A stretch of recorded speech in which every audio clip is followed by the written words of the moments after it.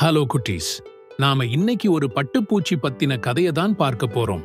ஆரம்பிக்கலாமா? ஒரு காலத்தில் ஒரு பசுமையான காட்டில் சாம் என்ற ஒரு சிறிய பட்டுப்பூச்சி வசித்து வந்தான். சாம் தனது நாட்களை மகிழ்ச்சியுடன் இலைகளை சாப்பிட்டு நேரத்தை செலவு செய்தான். அவன் பெரிதாகவும் வலிமையாகவும் இருந்தான். தனது வசதியான மரத்தை தாண்டிய உலகத்தை பற்றி அவனுக்கு அதிகம் தெரியாது.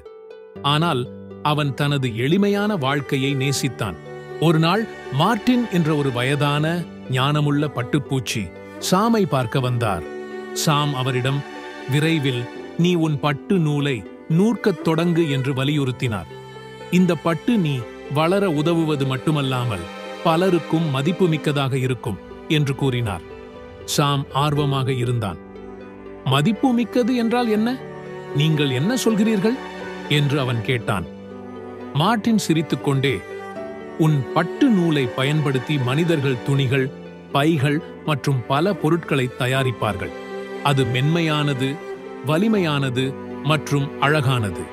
உலகெங்கிலும் உள்ள மக்கள் உன்னை அறியாவிட்டாலும் உன் கடின உழைப்பை பாராட்டுவார்கள் என்றார். சாம் ஆச்சரியப்பட்டான். ஆனால் நான் யாருக்கும் வேலை செய்ய விரும்பவில்லை. நான் சாப்பிட்டு ஓய்வெடுக்க விரும்புகிறேன். மார்ட்டின் சிரித்துக்கொண்டே பதிலளித்தார். இது மற்றவர்களுக்காக வேலை செய்வது பற்றியது அல்ல. இது உன் பரிசுகளை பயன்படுத்தி உலகத்தை மேம்படுத்த உதவுவது பற்றியது.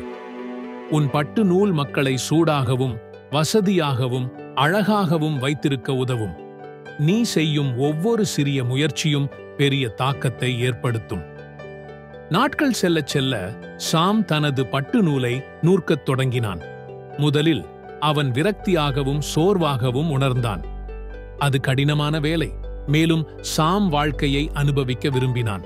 ஆனால் அவன் மேலும் மேலும் நூற்க அவனது பட்டு எவ்வளவு அழகாக இருக்கிறது என்பதை அவன் பார்க்கத் தொடங்கினான்.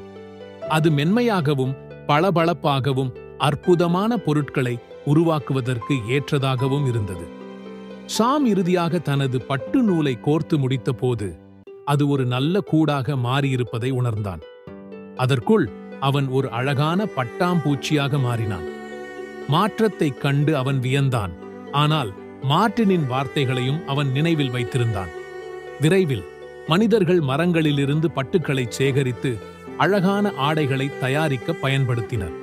இப்போது பட்டாம்பூச்சியாக இருக்கும் சாம் தான் உருவாக்கிய பட்டு நூலை பற்றி பெருமிதம் கொண்டு வானத்தில் உயரமாக பறந்தான்.